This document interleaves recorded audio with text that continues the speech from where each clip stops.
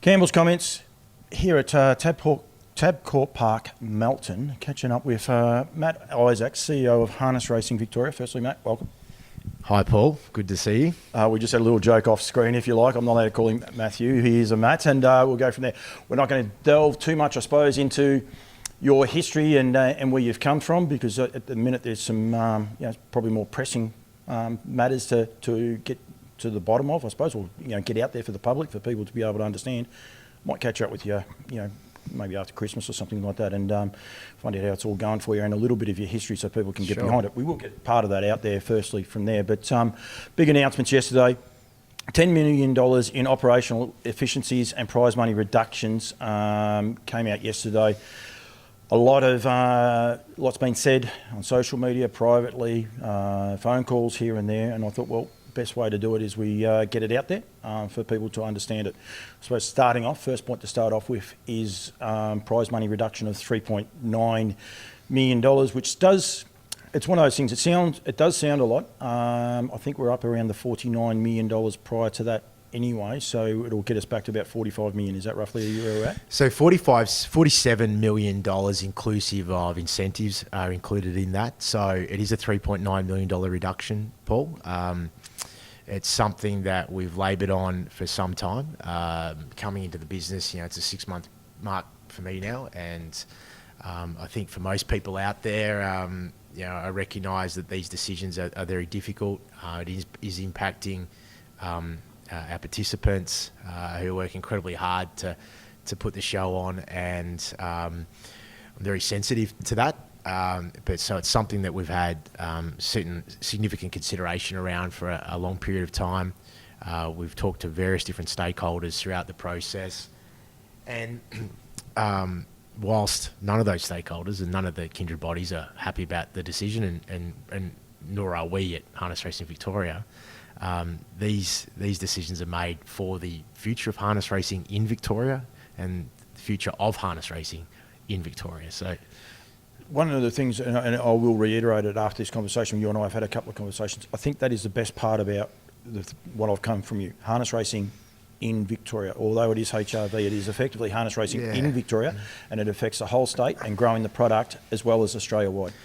Yeah, I think that's right. I think there's clearly, from what I've seen coming on board, and it's a real challenge for us and a challenge for me to find a way to get closer to the industry and bring the industry closer to the decision we're trying to make. Ultimately, the reason I'm here and the broader team at HRV is here is to help facilitate and put the show on and provide opportunities for participants and owners to earn an outcome out of the sport. But I think the key thing for that, it's going to take some time. It's going to take some time on both sides to kind of put some history aside and put down kind of perceived views of each other. Yep. And work closely together. I think I need to do a really strong education process with some of our participants around how the industry works, how the business model works, how it's funded, the challenges and headwinds that we have right now, and some of the future challenges that we could have come at us in the not too distant future as well. And we will touch on a couple of those. The $3.9 million stake reduction, how did that figure come about? So we back in about March this year, conversations we started having with government leading into the state government budgeting process released in May. And I know everybody out there would be very familiar with the level of government debt and the challenges that the state government have, and obviously everybody that lives in Victoria has as a result. So government statutory bodies aren't immune to that, and Harness Racing Victoria, being a government statutory body, has been asked, along with other statutory bodies such as the library and the arts centre, etc., to find a way to live within their means. So harness racing here in Victoria has been sustained for a long period of time through government support, and the government have done a remarkable job supporting us over a long period of time, and the HRV board has done a great job engaging government for that support. in May, it was very clear that we had to start finding a way to return to a financial independence from government. And over the last couple of months, we've been working very hard with government support to have a runway to do that. That has been incredibly challenging, and something that we have government support and understanding of what we need to do. But part of that was also to demonstrate that we're prepared to make some changes to our cost base. And prize money is part of that, being 55% of our cost base. Yep. So any reduction would always have an element of prize money attached to that. But I think it's important that we don't lose sight that there's other initiatives, and up to $6 million we're targeting in other cost out initiatives internally through people, through operational changes, through services we might not provide into the future. And they're things that we've been working through over the last couple of months as part of this process. I think we need to be aware, like a lot of people aren't aware, where the other 6.1 is coming, and we've spoken there briefly before starting this, that a lot of those things are still to come, and you've got to work your way through those and won't be making announcements from. But we do need to be aware that there was also a reduction in the staffing, if you like, unfortunately for those people, but there was loss of jobs over this factor as well. These are not easy decisions. It's not like you turned around and said, right, we're just going to take that stake money off and that'll save us money. And I mean, when you're affecting people's livelihoods, as you are, the people putting the show on, if you like, the people in the horse stalls, but also the people behind the scenes at HRV that have been driving it and have a care for the industry. And we're not going to name any names, but they've got a care for the industry. They've devoted their time, their love, and their affair. And unfortunately, they now are unemployed. It's not an easy decision that you had to sit down and make. No, it's not. It's a challenging. It is challenging, and but while that's it's a heavy load for a lot of the leaders in it within the team, it's a lot harder being on the receiving end of those types of messages. And you use the word care, but actually it's love. There's people in this industry that love the industry, that work in headquarters, if you like, that love it as much as everybody else out there. So. Good people have been impacted. We continue to talk to them about options. But one thing that I will do is ensure that we focus the business back to what matters and be hyper-focused on cost to maximise returns to participants. We need to get aligned around racing, which is ultimately the product, ownership, and wagering. They're really the three key factors there, and I can explore that further throughout this chat. Integrity, clearly, welfare, and ultimately with a view that returns come back to participants. I just hope that these measures are short term to sustain ourselves, and then we can build the momentum again into the future and start to release money when it becomes available back into things like prize money with a reset cost base as well. It is one of those things with businesses, and it's one thing that I've probably listened to a lot of the outside noise from people in and around this whole conversation since your announcement's been made, that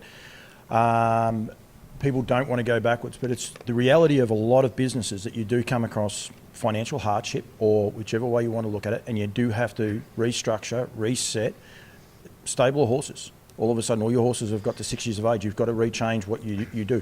It is a reality of business. No one likes it. No one wants to stop, plateau, or even take a step backwards. But unfortunately, that is one part that is, life in general.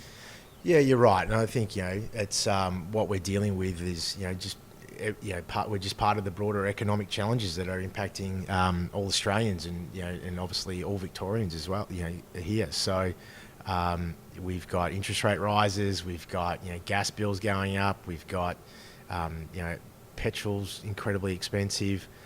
So I think we all feel that, and that also translates to business because the input costs are rising faster than we can generate revenues, and that's where it gets really challenging. But that's no different to what trainers are experiencing, and ultimately then have to find a way to recover back through ownership. And I do know that when we reduce prize money, that creates a more complex cycle there, and makes it harder for our participants and our trainers and owners, etc., to get an earn out of the sport. So, certainly aware about the impact that we have around those decisions. We'll get on to how we make money in a sec. Is it harder from your business where you've come from that you are dealing probably with, probably three different nearly demographics? Your professional trainers and drivers. You've got your what you will call I'll call your hobbyist, as in people that are probably making a living out of training horses, but also maybe another job. And then you've got your pure hobbyists, maybe the retired couple, or some that are just training a few horses to have a bit of fun. You've got three very different sort of expectations, I suppose, of their livelihood. Does it make it tricky to deal with it? I'm not too sure it makes it tricky, because I don't think we sit there and segment, the trainers, the drivers, and owners into that type of segmentation. We think everybody's got the opportunity to, have the dream to, win the Victoria Cup or the AG Hunter Cup. Everybody has the opportunity to, win the Benio Pacing Cup or the Mildura Pacing Cup. So, we want to make sure there's aspiration in the sport, but we also want to make sure that, through day to day, there's an opportunity for all horses to run and compete for the relevant amount of prize money, and that's important. So how that's spread across, the prize money curve is very important. We have a rating system that's been in place for a number of years now. There's some changes around that and how the prize money will be distributed around that rating system that ultimately will increase as you're moving up it. It's actually encouraging a better result in a way. It's encouraging your better horses to go through their classes.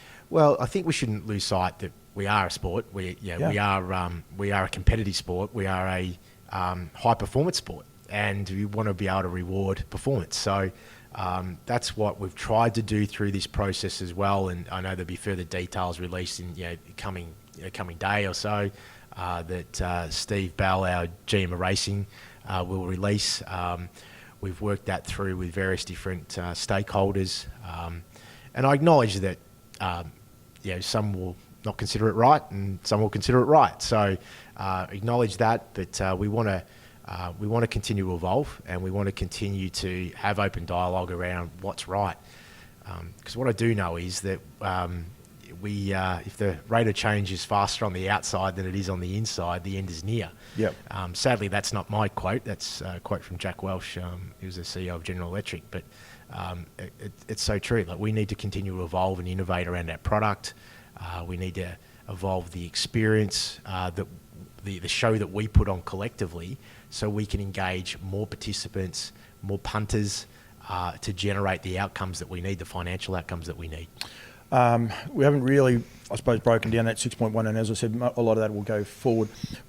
One that I haven't really discussed with you, but the officers at Flemington seemed to raise their head a lot last night on social media about moving them out here to Melton. I have one issue with that, and you and I haven't broached on this either, but there's no infrastructure actually out here at the minute, and you guys are doing cost reductions and you want buildings potentially built.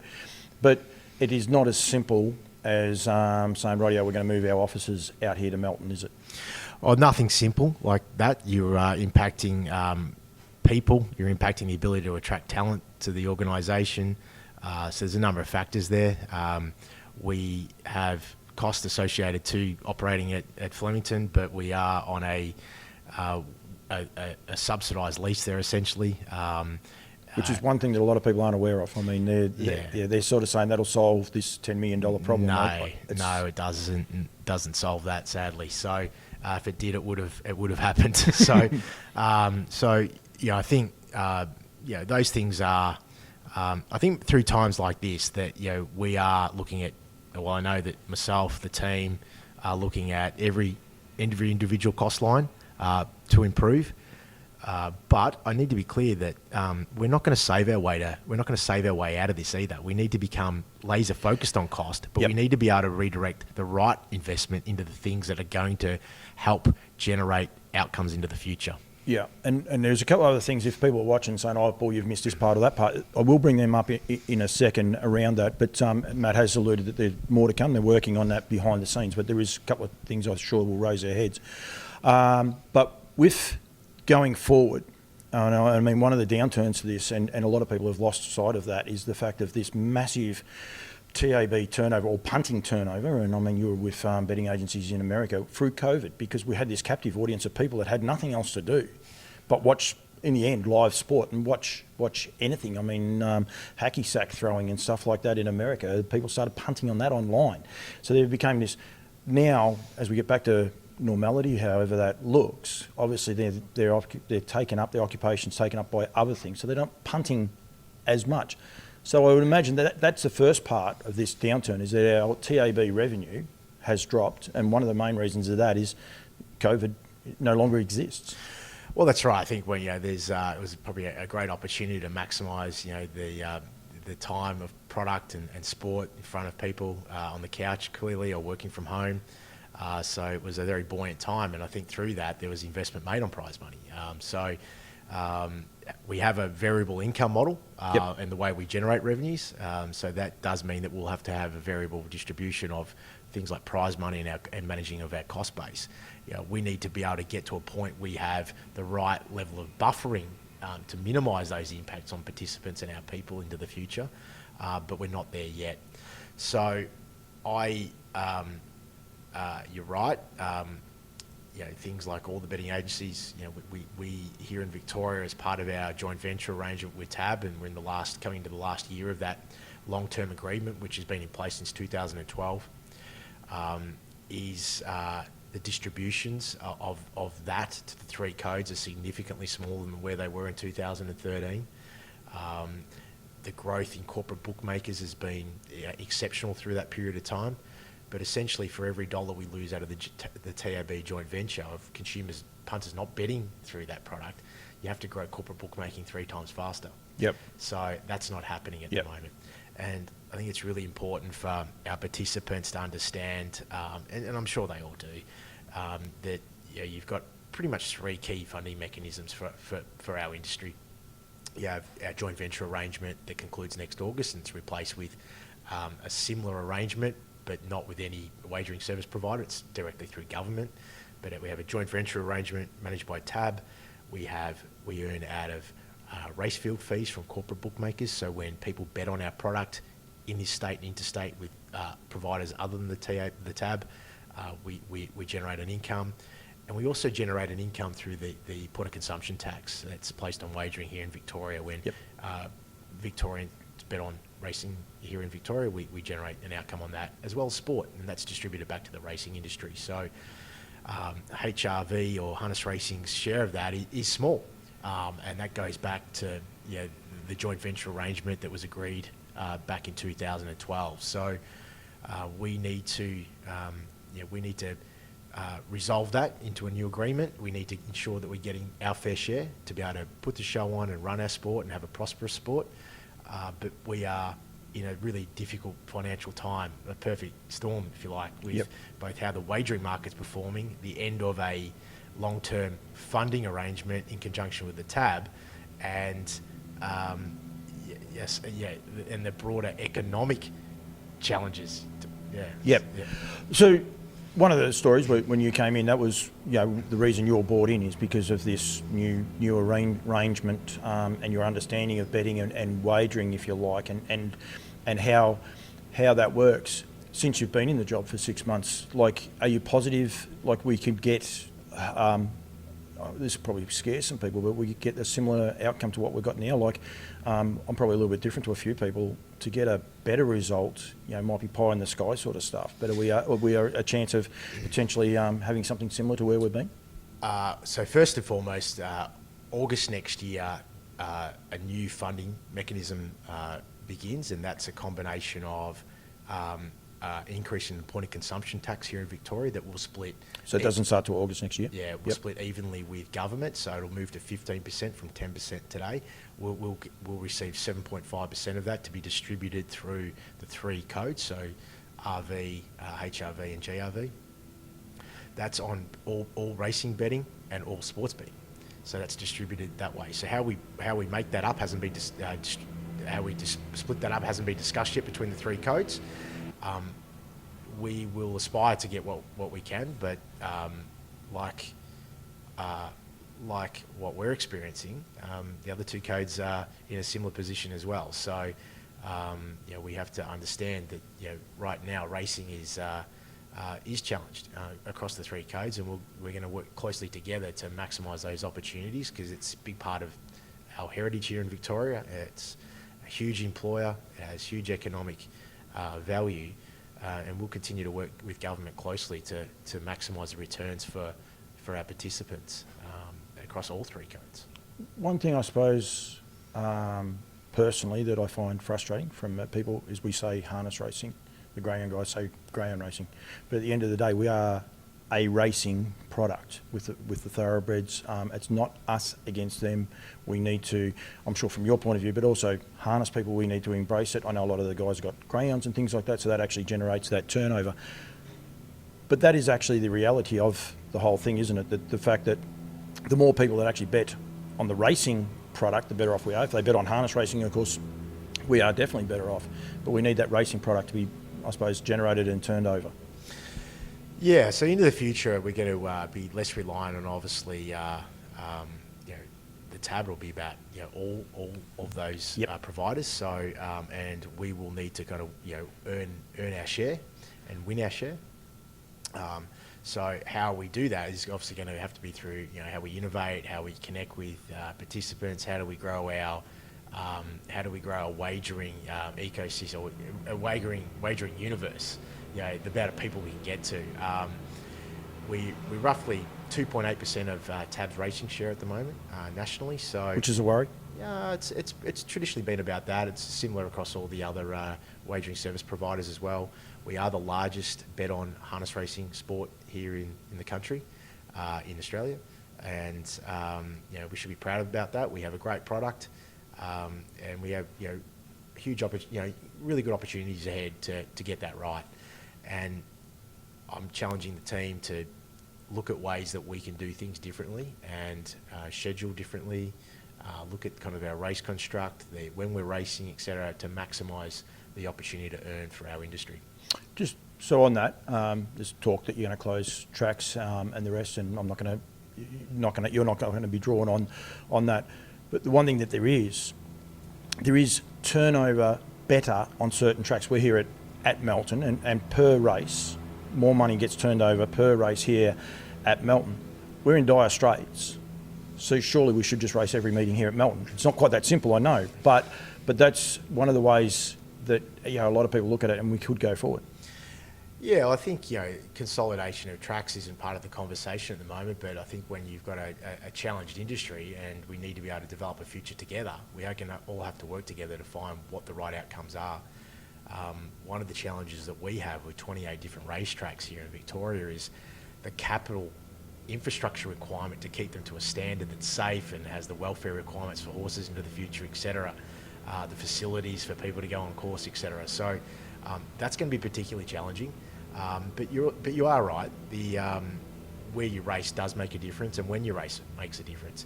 But what I want to be really clear that we don't have any plans to close tracks or anything like that.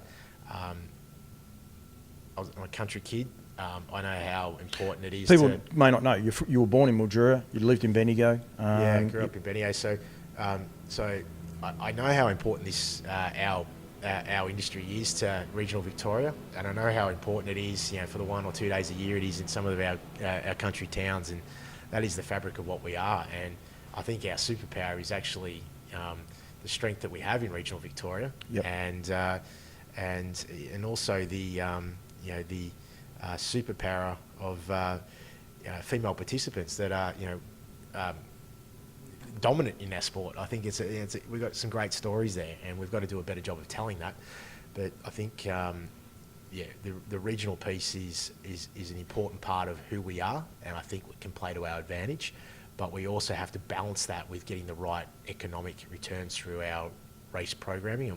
So where we race, when we race, etc., is important. And that generates a TAB term, which gives us a larger percentage that like I said, if we race 7 days a week here at Melton, the guys here would be very happy.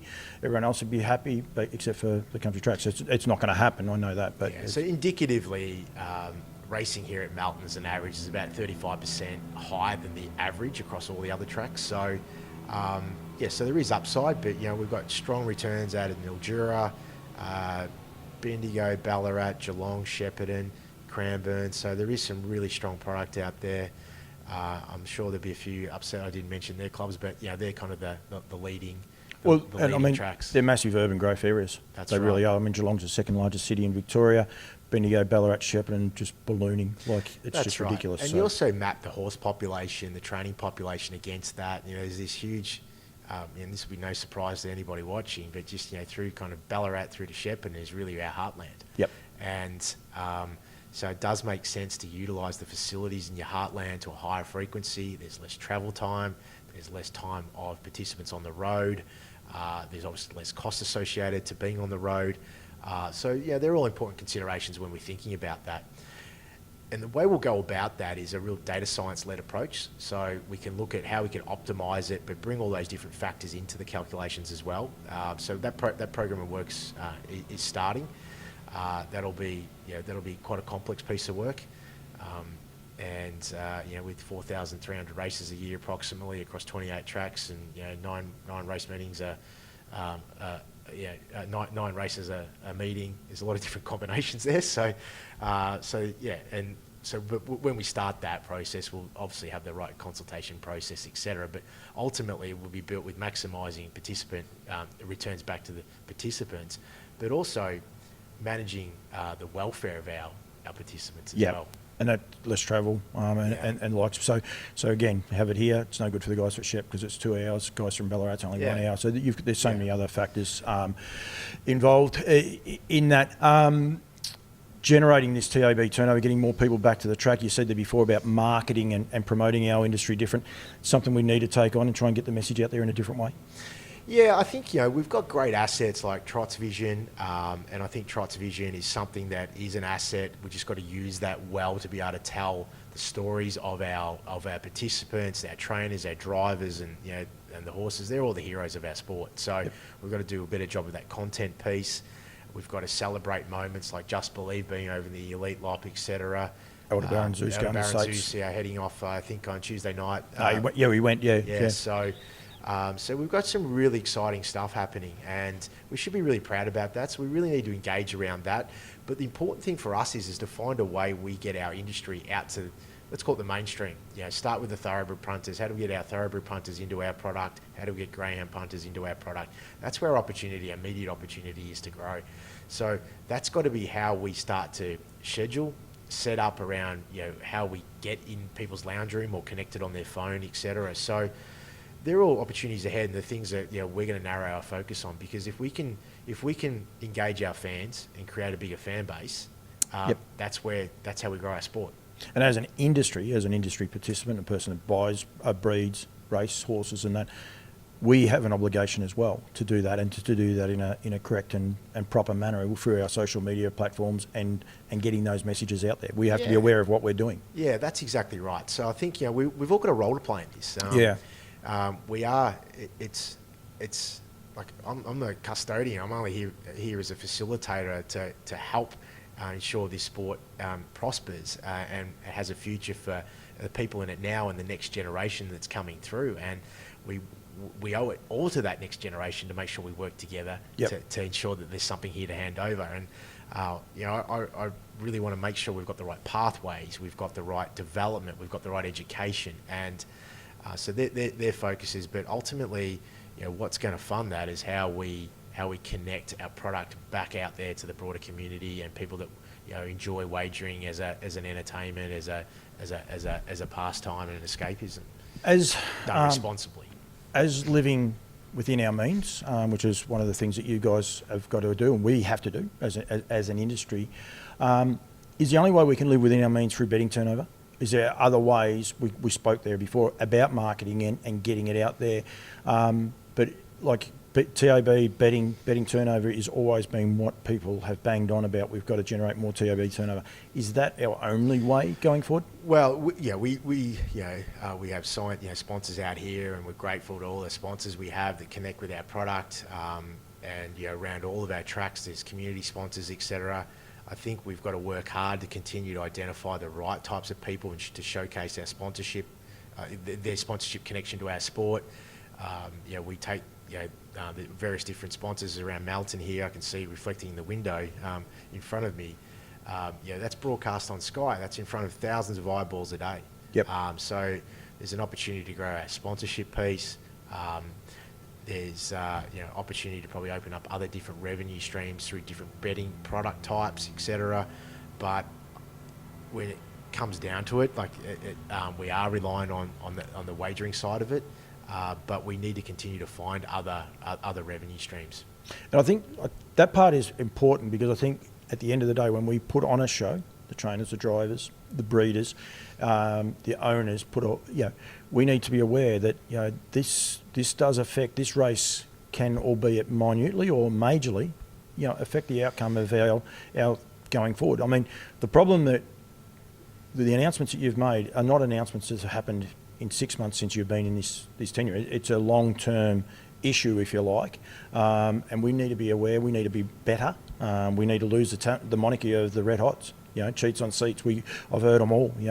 Crims with rims. They just keep rolling off. We need to change that, and that's probably one of those things. The reason why I was explaining to people then how important the TAB turnover is. It is actually important what we do both on and off the track. Yeah, the integrity of our sport. Without that, we don't have a sport. And I think we've all got a role to play in integrity and do the right thing. And I know that the industry's come a hell of a long way. So I think it's a credit to the participants, and it's a credit to the work that the integrity team at HRV have done over a long period of time. And we want to continue to work with people around educating around things in matters of integrity, etc., and work with our participant base there. So it is a critical part of it, because it's about trust. Yep. It's about trust in our product. It's about trust that there's a chance when you're investing into it for our owners, and also for people wagering on the product. Yeah, and as I said, just be aware of what we do and what it does. With your reduction, things, the integrity department won't be affected in that way? No, so we've made decisions not to take any cost out of our integrity department. Within the integrity department, there's obviously the stewarding as well. So we've been somewhat stretched there. So we're looking to do things better, and that's to limit things like overtime, etc. In there, we're looking to have a more risk-based approach to how we're assessing risks associated to matters of integrity. There's no changes in that space. I think that's a very important safeguard for our sport, for all of our participants, as I said, owners and punters. Initial changes are certainly centred around our racing product team and our commercial team, but we have other things in the pipeline to work on. So digitising our business processes when you're registering a horse, for instance, moving into a more modernisation of that to be able to take the workload of human intervention out of it, and the mistakes and the follow-up, etc. So the things that we need to make investments in to be able to realise some efficiencies and benefit, and make the experience better for our participants as well. Yeah, and that will then get back to those syndications and ownerships. Is that one that's still one of the big challenges? I know it's not as simple as just saying, rightio, Paul Campbell, you can now go and syndicate horses. It's not that simple. Is that something that you guys are still trying to work on behind the scenes to potentially take it away from Harness Racing Victoria as a something for you guys to govern? Potentially Campbell's Comments could have his own syndication group.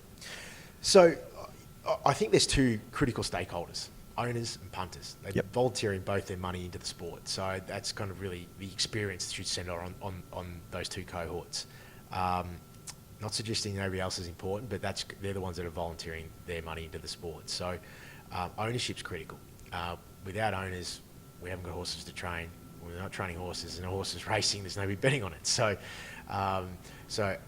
critical. We have to find lower barriers to entry for people. I have the aspiration, that every country football club should have, shares in pacers and trotters, and be engaged around that sort of community element of it. And I think it's a huge opportunity, not just for syndication, but also how our country clubs could start to pivot, not just from putting the hospitality element of the racing show on, but also start to engage their broader community around ownership. And so we're going to continue to work on that and find the right pathway to it to facilitate that. I think with industry, I don't want to make the mistake of trying to solve it for industry. I think we need to facilitate that with industry. And I think that's one of the things, as I said, you and I have had a couple of conversations and I've taken away from it, that it probably isn't a governing bodies issue. It is, an entrepreneur, someone who wants to try and potentially make money the right way, not ripping people off and things along those lines, and then also to enjoy that experience. So it needs to be governed, but done in the right manner. Yeah, it's challenging when you are the regulator of the sport as well. Yep. So conversations I'm having there are also with Andrew Kelly from Harness Racing Australia, because I think it's not just a Victorian solve as well. It needs to be a national solve. And but it's an issue for the greyhounds too. I think everyone will turn around and say it's a harness racing only. It's not. Yeah. The greyhounds got a big issue as well. And I think one of the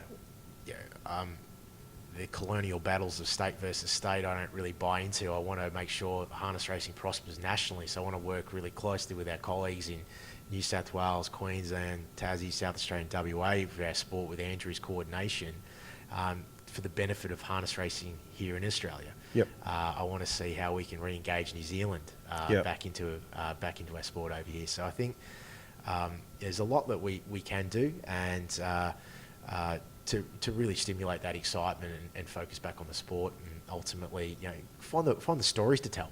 Yeah. And because I think where thoroughbreds have succeeded is they've had the hero horses, and it gets cut through. Like Winx is a household name, Black Caviar is a household name. So, we need to create that with our stars of the sport as well. And as you said there before, the young people coming through our industry is something I don't think we recognise and we sell enough. I sat here last Friday night and some of the young, and most of them were ladies in our sport, entering into it and doing just such a great job. It is something that we do undersell, and probably a story for another day. No, well, I think we can touch on it. I think that's a really important part of it. You've got great initiatives like Team Teal and things like that. I really want to lean into that and celebrate that. Because when I think about we've got very different young, kind of still consider myself young, but sadly I not do too, anymore. but it was my birthday yesterday. It didn't work. When you think about the next generation and people of the sport,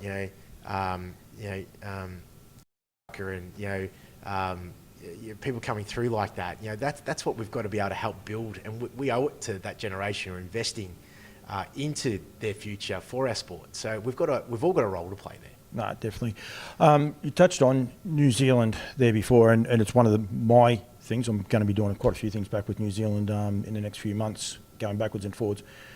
We need to be aware of both sides of the ditch, but New Zealand's a really key one, because I've had a lot of people from New Zealand seeing the social media uproar, if you like, overnight, and waking up to it this morning and reading it. I think it was worse for them at the start of the year. At the start of this year, all stakes took a major hit, and took a very, very big hit. And 8 months down the track, and people are wanting to move back to New Zealand, it is a hit, and it's not ideal. But if we can learn from it, here in Victoria, I'm saying, if we can say, right, we've got to change this is the new direction. It's not terminal. It doesn't mean that this is how the product stays for the rest of our life and our journey in harness racing. No, that's right. I think we should look at this as an intervention, a necessary intervention. It allows us, all to acknowledge the burning platform is that we are challenged, but forces us to come together and co-create a future together. And that's what I want to facilitate with the industry, to do that. So I am determined to find a way to generate greater returns for participants. If there's more money in the sport, there is more owners, and it just becomes a continual self-fulfilling system in that respect. So determined to do that. And the New South Wales, the New Zealand situation that you touched on, the New Zealand situation you touched on is interesting, because it's not too dissimilar to what we're going through last year, of a long-term funding arrangement with TAB into a new arrangement. New Zealand went through something similar. The sale of the TAB to Entain, and then Entain have made investments into to racing that have ultimately now allowing prize money reinvestment. And it hasn't actually hit as yet. That they're not actually racing for that increased stake money just yet. It don't matter. Every person you talk to is hope. Up. They're upbeat, and I think that is the reality. Could talk to you for Zonks. Firstly, you've got everything that you wanted to get out there. Well, I think just on that last point, and I think there's often a lot of questions asked around. Well, New South Wales is increasing prize money, Queensland, South Australia is increasing, and they're right. But there is different funding models in each of the different states, so that creates differences in. It's not like for like. It's not like for like, and the business models of businesses aren't like for like as well. Let's use New South Wales as an example. So Harness Racing New South Wales is somewhat subsidised with its allocation through the way the money is distributed with their tab arrangement in New South Wales from what happens in thoroughbreds. We don't have that benefit here. We have a direct line of sight linked to our market share and a rate that was agreed to back in 2012. So we are somewhat more independent and more reliant on our own performance. And the same goes for Queensland, etc. So, but what would be good and what I aspire to is having that independence from government. And then when we need to lean on government, because government is still there for us to support us, is that the government ask is for things that are investing in infrastructure and lighting upgrades and LED lights at tracks, all that type of thing that make a difference, as opposed to just money that becomes like another coat of paint. And that is probably one of the challenges. Bendigo Trots were on last night. I used to be on the committee at Bendigo. There's no shed there because every time we go into the government wanting a shed, everyone's wanting money for a shed. But that's right. People have got to be aware we're also wanting money for stake money for other things as well going forward. So that would be one of the things that if for 6 months, say, no one goes to the government and asks for any money, and then one day they say, can we get a shed at Bendigo? Yeah. It could actually happen. Well, government have done a remarkable job for harness racing supporting us. And, one of the why we find ourselves in this situation is because, enough's enough in terms of the government in their eyes. We've got to, and we should aspire to getting that right. And I'm going to take that challenge on behalf of us all, but work with everybody to find a way through this. So I believe it's short term. I believe we will turn the corner. We've got some great things that are coming back to us in terms of assets, our media assets, the opportunity to sell our vision digitally to wagering service providers and earn a small income attached to our vision, which we don't have today.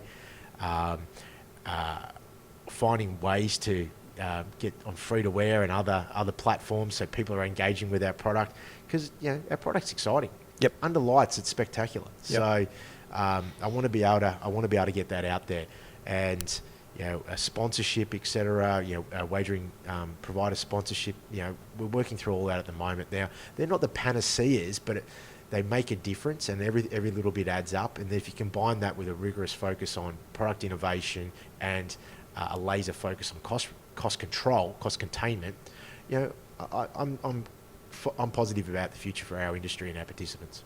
One thing I want to get out there, because I think I know the answer. I hope I know the answer. The government are not throwing us to the wolves. What they're actually saying, though, is they don't want to be handing out year after year same sort of money to just keep propping up, and then you want to make a big announcement and you want more money. So that's right. Is that effectively where they're at? We do still have their support. Absolutely. Ultimately both Greyhound Racing Victoria and Harness Racing Victoria are government statutory bodies, and the minister is responsible. Minister Carbines has been incredibly supportive and is fighting for our industry with Treasury, and I think we all know the challenges that the current government are facing, and I respect the fight that he's fighting on our behalf, because I'm fighting him for it. So, and they will continue to support us, and they're supporting us right now. So,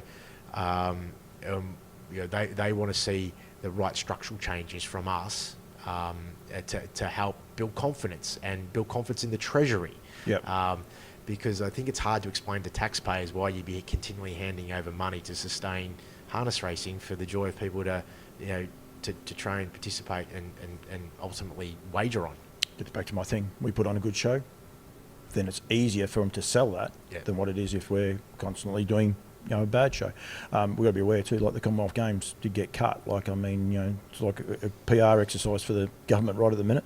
That's not one of their best ones. But there was economical reasons why they done that. So we have to be, aware of what is going on around us as well. We're not the only people affected by reductions. No, that's right. And I think, that probably even plays to a greater level of importance of us and the role we play in the regional communities as well now. So, that's, it's tough. It's tough for a lot of people. Yep, absolutely. Matt, thank you. This was only a 10-minute chat. I think we went over that. I have a habit of that. But hopefully we're broken down. Not broken down, but give people a little bit of an understanding of where it's at.